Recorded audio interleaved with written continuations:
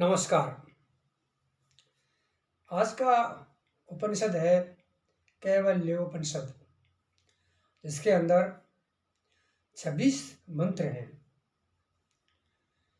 इस उपनिषद के अंदर महर्षि आशुलायन वो जानना चाहते हैं कि कैवल्य की स्थिति, कैवल्य का जो मर्म है वो क्या है। तो ये जानने के लिए वो ब्रह्मा जी से आग्रह करते हैं। तो ब्रह्मा जी उनको बताते हैं कि कैवल्य पद, कैवल्य जो पद है वो कर्म और संतान के सहारे और धन संपत्ति के सहारे प्राप्त नहीं किया जा सकता। कैवल्य को प्राप्त करने के लिए यानी ब्रह्म तत्व को जानने के लिए श्रद्धा, भक्ति, ज्ञान, योग इनका होना आवश्यक है।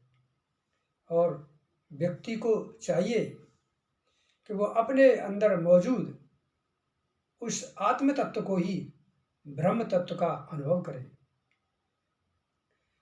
अन्य सभी के अंदर अपने खुद को महसूस करे और अपने अंदर सबको महसूस करे। ऐसी अवस्था व्यक्ति की हो जानी चाहिए। आगे बताते हैं कि अपने अंदर अग्नि प्रज्वलित करे, यानी गहन एक तपस्या, एक गहन चिंतन, ज्ञान का भी होना चाहिए। और संसार के प्रति जो भी मोह आसक्ति है उसको त्यागना जरूरी होता है।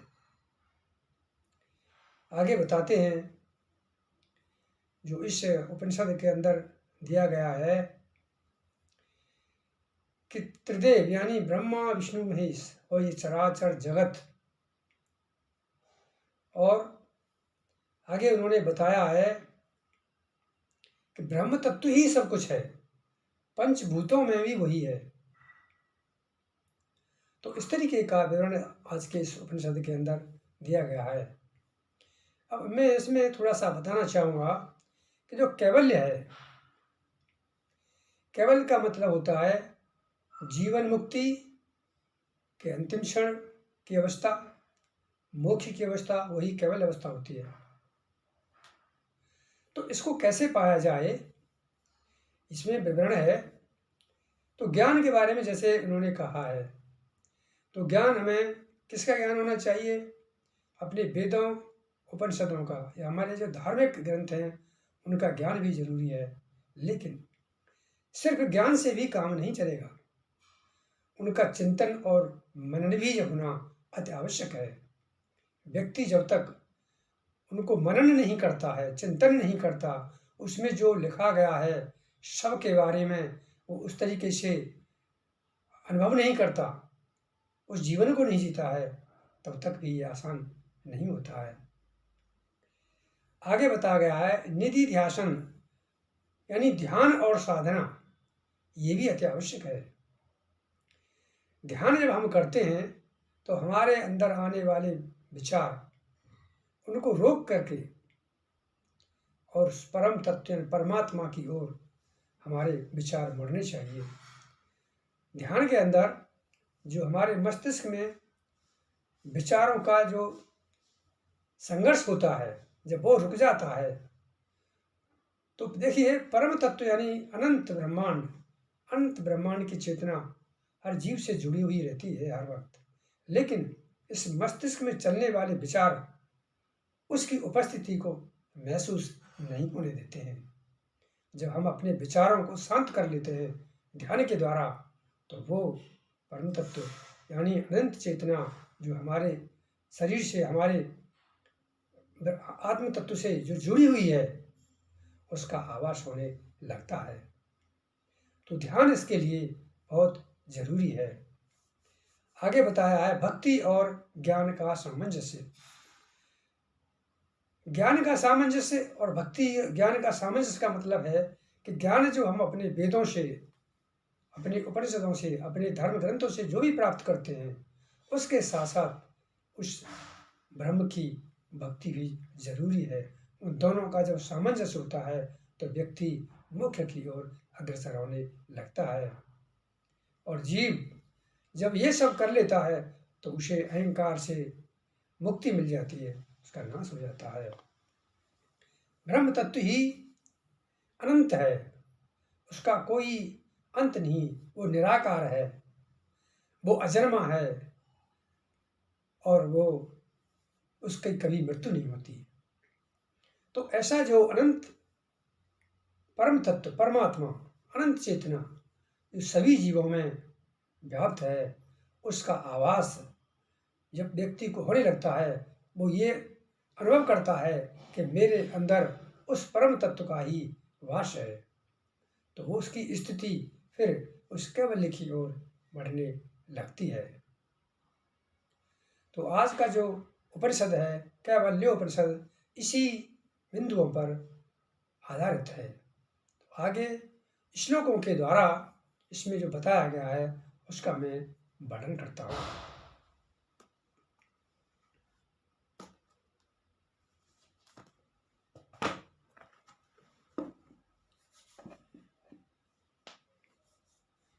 इसमें जो पहला मंत्र है वो शांति पाठ है।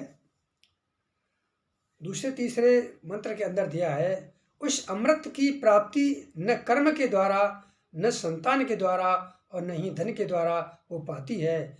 उस अमृत तत्व को सम्यक रूप से ब्रह्म को जानने वालों ने केवल त्याग के द्वारा ही प्राप्त किया है। स्वर्ग लोक से भी ऊपर गुहा अर्थात बुद्धि के गह्वर में प्रतिष्ठित होकर जो ब्रह्मलोक प्रकाश से भरपूर है, ऐसे उस ब्रह्मलोक में स्वयंशील योगी जन ही प्रविष्ट होते हैं। जिन योगी जनों ने वेदांत के विशेष ज्ञान से एवं श्रवण मनन तथा निधि ध्यासन अनुभूति के द्वारा उस परमात्म तत्व को प्राप्त करने का दृढ़ निश्चय कर लिया है, ऐसे वे पवित्र अंतःकरण से युक्त योगी जन संन्यास योग के द्वारा ब्रह्मलोक में गमन करके अमृत तुल्य हो कल्पांत में मुक्त हो जाते हैं। इसके अंदर कुछ जो शब्दों का इस्तेमाल हुआ है उनका मैं व्याख्या थोड़ा करना चाहूँगा, क्योंकि इस उपनिषद के अंदर कुछ ऐसे शब्द हैं जिनका अर्थ जानना जरूरी है। जैसे इसमें आरण्य दिया है, तो आरण्य है ब्रह्म विद्या प्राप्त करने का साधन। ये एक तरह की लकड़ी भी होती है। पंचभूत यानी अग्नि जल वायु पृथ्वी आकाश जो हमारे 5 तत्व हैं उनको ही हम पंचभूत कहते हैं। मूर्धा का मतलब होता है सहस्रार, यति सन्यासी, पवित्री जनेऊ को कहते हैं, निधि ध्यासन यानी मनन और चिंतन। आगे इसमें बताया तन मात्राओं, तो तन्मात्राओं का मतलब होता है हमारे सूक्ष्म तत्व। वो 5 जो तत्व हैं अग्नि जल वायु पृथ्वी आकाश। सर्वातीत सबसे परे, और कैवल्य का मतलब होता है मोक्ष। तो ये जो शब्द हैं इनका जानना जरूरी है, क्योंकि इनमें इस उपनिषद के अंदर इन सब का प्रयोग किया गया है। तो आगे के जो श्लोक है उसमें बताया है योगी जन स्नान आदि से अपने शरीर को शुद्ध करने के पश्चात एकांत स्थान में सुखासन से बैठें। उसके पश्चात ग्रीवा सिर तथा शरीर को एक सीध में रखकर समस्त इंद्रियों का निरोध करके भक्ति पूर्वक अपने गुरु को प्रणाम करें। तदनंतर संन्यास आश्रम में स्थित वे योगी जन अपने हृदय कमल में रजोगुण से रहित विशुद्ध दुख शोक से रहित आत्म तत्व का विशद चिंतन करें। इस तरह से जो अचिंत्य अव्यक्त तथा अनंत रूप से युक्त है, कल्याणकारी है, शांत चित्त है, अमृत है, जो निखिल ब्रह्मांड का मूल कारण है, जिसका आदि मध्य और अंत नहीं है, जो अनुपम है, विभु यानी विराट और चिदानंद स्वरूप है, अरूप और अद्भुत है, ऐसे उस उमा ब्रह्म विद्या के साथ परमेश्वर को संपूर्ण चर अचर के पालनकर्ता को शांत स्वरूप 3 नेत्रों वाले नीलकंठ को जो समस्त भूत प्राणियों का मूल कारण है, सभी का साक्षी है और अविद्या से रहित हो प्रकाशमान हो रहा है, ऐसे उस प्रकाश पुंज परमात्मा को योगी जन ध्यान के माध्यम से ग्रहण करते हैं। वही परात्पर पुरुष ब्रह्मा है, वही शिव है, वही इंद्र है, वही अक्षर रूप में शाश्वत ब्रह्म है, वही भगवान विष्णु है, वही प्राण तत्व है, वही कालाग्नि और चंद्रमा के रूप में भी है। जो कुछ व्यतीत हो चुका है तथा जो भविष्य में होने वाला है, सभी कुछ वही परात्पर पर ब्रह्म है। ऐसे उस श्रेष्ठ सनातन परमात्म तत्व को प्राप्त करके प्राणी मृत्यु से परे अर्थात मुक्ति को प्राप्त कर लेता है। वो फिर जन्म मृत्यु के चक्र में नहीं फंसता।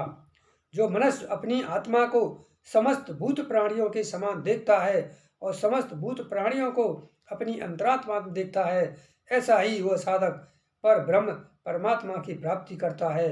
वो अन्य दूसरे और किसी उपाय से उस ब्रह्म को नहीं प्राप्त कर सकता है।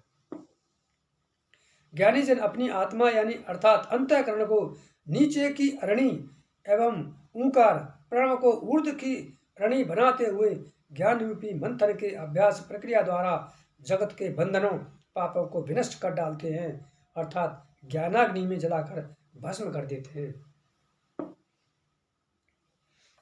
वही जीवात्मा माया के अधीन हुआ अति मोहग्रस्त होकर शरीर को ही अपना स्वरूप स्वीकार करते हुए सभी तरह के कर्मों को करता रहता है।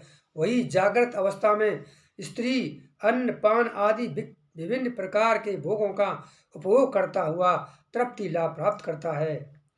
स्वप्नावस्था में वही जीव अपनी माया के द्वारा कल्पित जीवलोक में सभी तरह के सुख और दुख का उपभोग करने वाला बनता है तथा सुषुप्ति काल में माया द्वारा रचित समस्त प्रपंचों के विलीन होने के उपरांत वह जीव तमोगुण से अभिपूरित हुआ सुख के स्वरूप को प्राप्त करता है। तत्पश्चात पुनः वह जीव जन्म जन्मांतरों के कर्मों की प्रेरणा से सुषुप्ति से स्वप्नावस्था में अवतरित होता है। इसके अनंतर वह जागृत अवस्था में गमन करता है। इस तरह स्थूल सूक्ष्म और कारण शरीर रूप तीनों पुरियों में जो जीव क्रीड़ा करता है, उसी से ये सभी प्रपंचों की विचित्रता उत्पन्न होती है।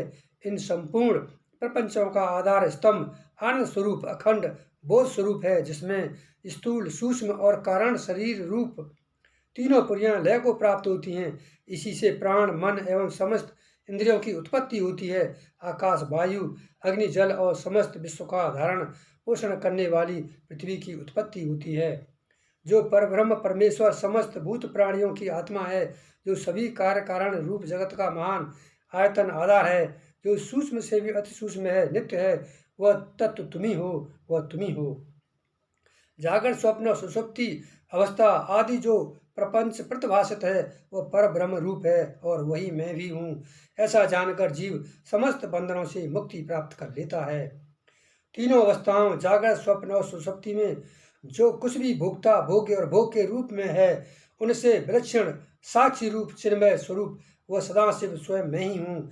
मैं ही स्वयं वह ब्रह्म रूप हूँ। मुझ में ही यह सब कुछ प्रादुर्भूत हुआ है, मुझ में ही यह सभी कुछ स्थित है और मुझ में ही सभी कुछ विलीन हो जाता है। वह अव्यय ब्रह्मरूप परमात्मा मैं ही हूँ। मैं पर ब्रह्म अणु से भी अणु अर्थात परमाणु हूँ। ठीक ऐसे ही मैं महान से महानतम अर्थात विराट पुरुष हूँ। यह विचित्रताओं से भरा पूरा संपूर्ण विश्व ही मेरा स्वरूप है। मैं पुरातन पुरुष हूँ, मैं ही ईश्वर हूँ, मैं ही हिरण्यमय पुरुष हूँ और मैं ही शिव स्वरूप परम तत्व हूँ। आगे के श्लोकों में बताया गया है, वह हाथ पैरों से रहित होते हुए भी सतत गतिशील है, जो चिंतन से परे है। ऐसा शक्ति स्वरूप ब्रह्म मैं ही हूँ। मैं नेत्रों के अभाव में सभी कुछ देखता हूँ, कानों के बिना भी सब कुछ श्रवण करता हूँ, बुद्धि आदि से पृथक होकर भी मैं सब कुछ जानता हूँ, किंतु मुझे जानने वाला कोई नहीं है। मैं सदा ही चित स्वरूप हूँ। समस्त वेद उपनिषद द्वारा मैं ही जानने योग्य हूँ। मैं ही वेदांत का कर्ता हूँ और वेद वेत्ता भी स्वयं मैं ही हूँ। मुझ ब्रह्म को पूर्ण पापादि कर्म स्पर्श नहीं करते। मैं कभी विनष्ट नहीं होता और नहीं मेरा कभी जन्म ही होता है। न मेरे शरीर मन बुद्धि और इंद्रियां ही हैं। मेरे लिए न भूमि है, न जल है, न अग्नि है, न वायु है और न आकाश तत्व ही है। जो भी मनुष्य अविनाशी ब्रह्म को इस प्रकार से गुहा अर्थात बुद्धि के गहर में स्थित निष्कल अंग विहीन एवं अद्वितीय सद सत से परे सभी के साक्षी रूप में विद्यमान जानता है, वह पवित्रतम परमात्मा स्वरूप को प्राप्त कर लेता है। जो भी मनुष्य इस सप्त रुद्रीय का पाठ करता है वह अग्नि के सदृश पवित्र हो जाता है। वायु की भांति गतिशील रहते हुए शुद्धता का वर्ण करता है। वह सुरापान और ब्रह्म हत्या के दोष से मुक्त हो जाता है। उसे स्वर्ण की चोरी का पाप भी नहीं लगता। शुभाशुभ कर्मों से उसका उद्धार हो जाता है। भगवान सदाशिव के प्रति समर्पित वह अभिमुक्त स्वरूप को प्राप्त कर लेता है। इसलिए जो मनुष्य आश्रम से अतीत हो गए हैं ऐसे उन परमहंसों को सर्वदा या फिर कम से कम एक बार इस उपनिषद का पाठ अवश्य करना चाहिए। इससे उस विशेष ज्ञान की प्राप्ति होती है जो ज्ञान भवसागर को नष्ट कर देता है। इस प्रकार इस उपनिषद को ऐसा जानकर व्यक्ति केवल फल को प्राप्त कर लेता है, केवल पद को प्राप्त हो जाता है। तो आज का जो उपनिषद है केवल यानी मोक्ष, जीवन मुक्ति की स्थिति ही केवल कहलाती है, तो उसके बारे में ही इसमें विशेष रूप से वर्णन किया गया है। तो आज का उपनिषद में यही समाप्त करता हूँ। नमस्कार।